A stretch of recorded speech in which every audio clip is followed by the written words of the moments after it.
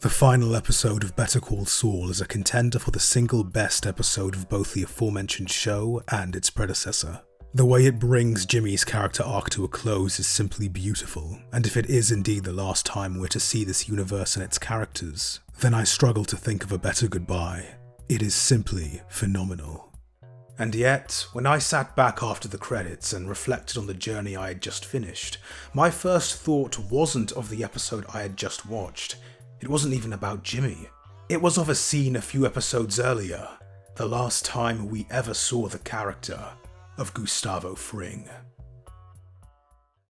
The scene, situated towards the tail end of Season 6, Episode 9, Fun and Games, takes place after Gus has killed Lalo and convinced the rest of the cartel that he had nothing to do with his death. With his rival out of the picture, his territory expanding, and his meth lab once again in production and, crucially, still a secret, Gustavo takes a moment to savor his victory by heading to a wine bar.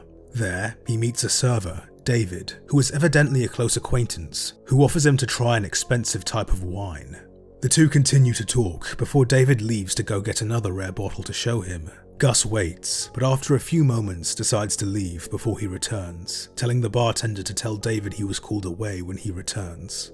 If you want to be picky, this scene adds nothing to the actual plot of the show. The cartel storyline was wrapped up in the previous scene, David has no appearances before or after this, Gus himself doesn't appear after this either, nor does anything happen that directly foreshadows or sets up events in either Breaking Bad or the remaining episodes of Better Call Saul. If the scene had been cut out during editing, it would have changed nothing, aside from making the episode a few minutes shorter. It is my favourite scene in either show. In lieu of simple plot relevance, this scene acts as a personal send-off to Gus's character, imbuing him with a sudden humanity just as we're saying goodbye to him, and thus retroactively colouring his previous appearances with said humanity. It didn't need to exist, but it adds so much to his character that it ends up being one of the most memorable scenes in the entire series, for me at least. This is Gus as we have never seen him. Riding off the high of a great victory, he has allowed himself to relax for once. In fact, correct me if I'm wrong, but this might be the first scene in either Better Call Saul or Breaking Bad where he isn't doing or thinking about anything related to his business or the cartel. It's a completely foreign side of him, at least to the viewer, and the scene only becomes more unique when David enters. It's unknown exactly what kind of history these two characters have, but just going off this scene alone, it's pretty clear the two are interested in each other. This is the most positive interaction Gus has on screen, and the only time he actually seems like he's enjoying conversation with another person. David all but invites himself over to his place, and for a brief moment, it almost looks like Gus is considering it. But then David goes to fetch that bottle, leaving Gus alone with his thoughts, and after a few moments of thinking, he leaves. For a couple precious minutes, Gus was able to forget about everything weighing him down, but it only takes a few seconds for it all to come rushing back. He won the battle, but he still has an entire war ahead of him.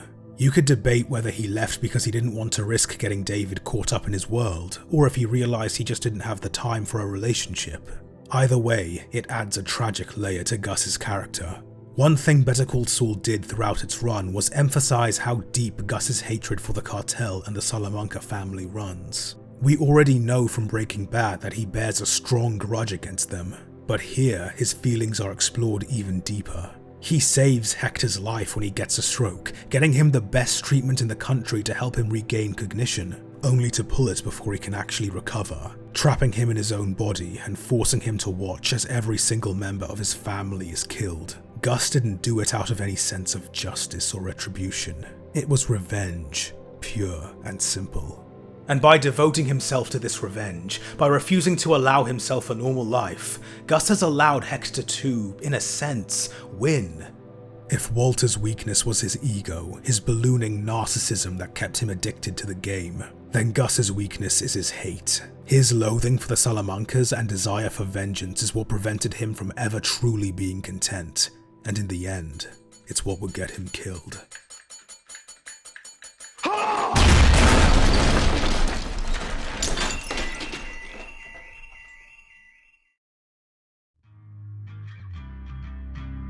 As with a few of my videos in the past, this one was completely unplanned. I just saw the scene in the episode and I realized that I had to make a video about it. Sometimes inspiration just strikes you like that.